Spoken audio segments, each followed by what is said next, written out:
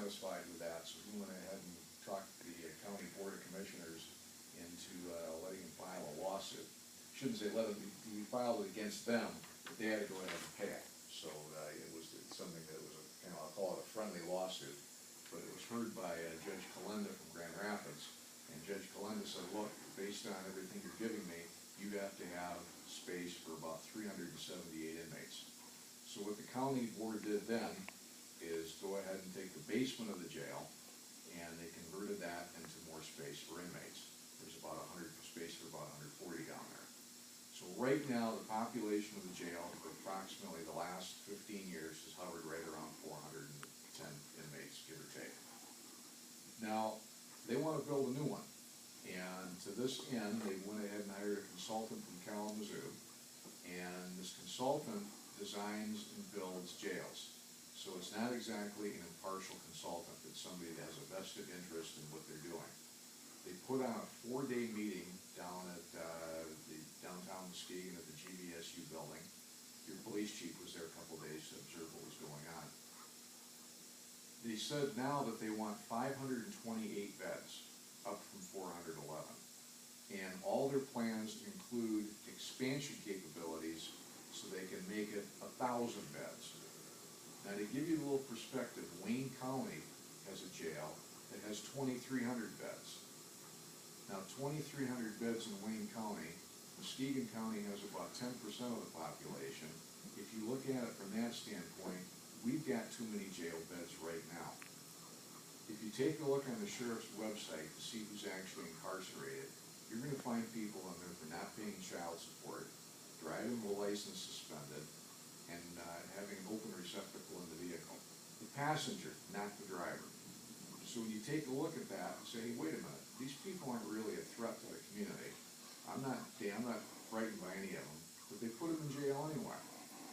Then there's another lot of people in there that you're going to see that have high bonds. When you take a look at what they're in there for, say possession of marijuana, they have an $8,000 bond.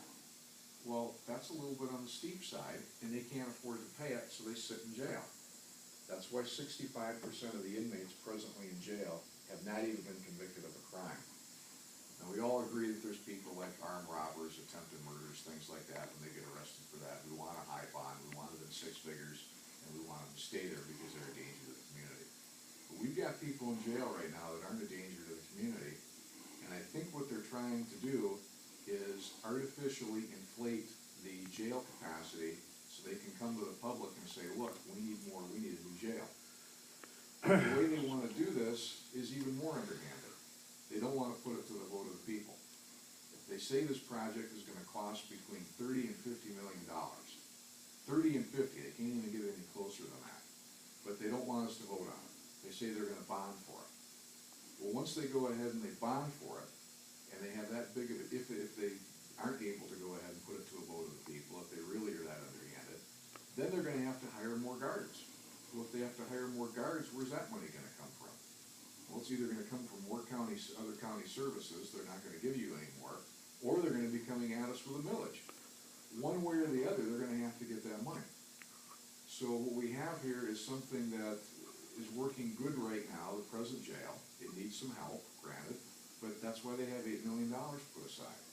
Imagine that, $8 million in a fund for the jail, but they're not spending it on the present building. They're saving it to build this new monstrosity for 528 inmates, which is about 20% of the size of the Wayne County Jail. We don't have a population here for that. So there's something that's a little dirty and underhanded about it. I think the fact that they're not putting it to, they don't want to put it to a vote of the citizens is really, really shocking. This is something that should be voted on by us. They did do that when Sheriff Carter was in office. They came to us and they said, look, we want that. I think it was up to $2 million for a new jail.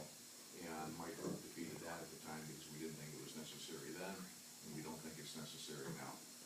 There's a website that has more information than I can go into tonight, and it's called derailthejail.org. If you get on that website, that should go ahead and answer a lot more questions that you have.